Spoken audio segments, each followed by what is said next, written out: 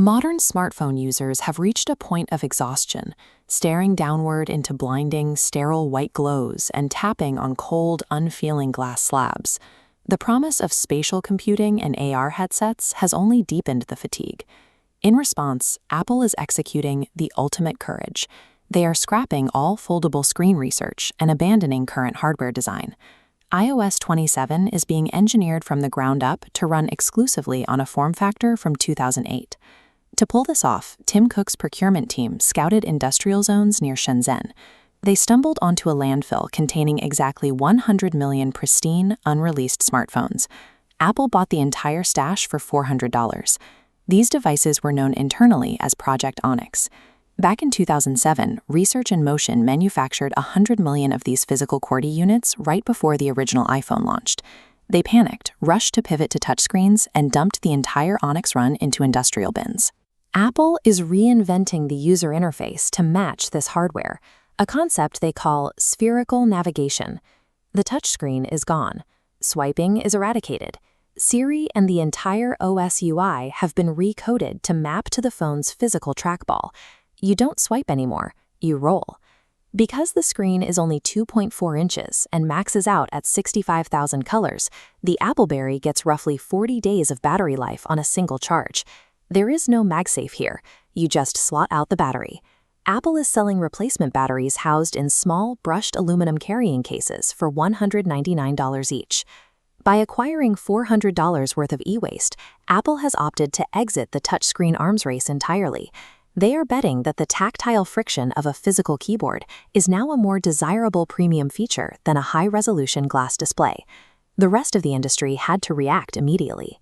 Up in Redmond, Microsoft assessed the 100 million unit stockpile and killed the Surface line, surrendering the mobile hardware market entirely to capture Apple's new software ecosystem instead. New Microsoft CEO Carmela Bing enacted a design philosophy called productivity through friction. Her theory assumes that if a device is physically difficult to type on, users will spend more time considering the substance of what they write. To execute this, Bing ordered a full-scale port of Microsoft Office 365 to the Appleberry. The Excel team worked 48-hour shifts to squeeze a pivot table onto a 2.4-inch non-touch display. Users now write complex VLOOKUP formulas using a physical Alt key. These 2008 Blackberries lack a modern file system, bypassing local storage.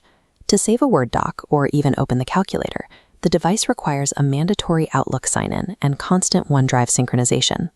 Microsoft effectively hijacked the hardware pivot by turning Apple's devices into pocket-sized portals for their 2027 server farms.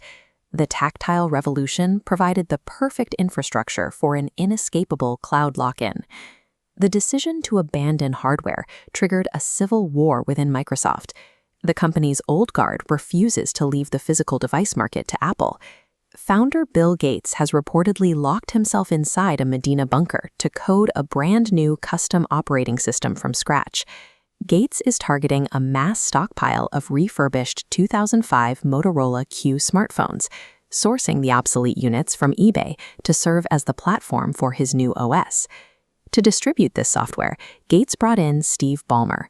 Their strategy involves loading the custom OS onto the 2005 devices and having Ballmer launch them into the crowd at LA Clippers home games using t-shirt cannons. This corporate struggle has devolved into a hardware turf war.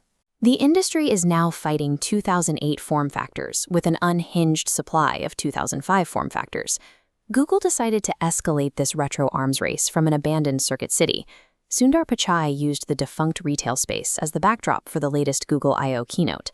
Google is beta testing a version of Android built exclusively for reclaimed 2005 T-Mobile Sidekicks. They acquired the hardware by scouring old music video sets for any surviving units. The operating system, Centrifugal UI, requires the device's internal accelerometer to detect a violent amount of physical G-force before it will unlock. Users have to physically flick the screen open with enough force to trigger the OS. Google's Nostalgia as a Service ecosystem maps Gemini AI directly to the physical shoulder buttons and D-pad. To bypass Microsoft's cloud dominance, the phone runs native software, including an unlocked version of Sonic the Hedgehog. Trillion-dollar innovation has culminated in a chaotic sprint toward chunky plastic bricks, agonizing file management, and aggressive clicking. The future of mobile computing looks remarkably like 2008.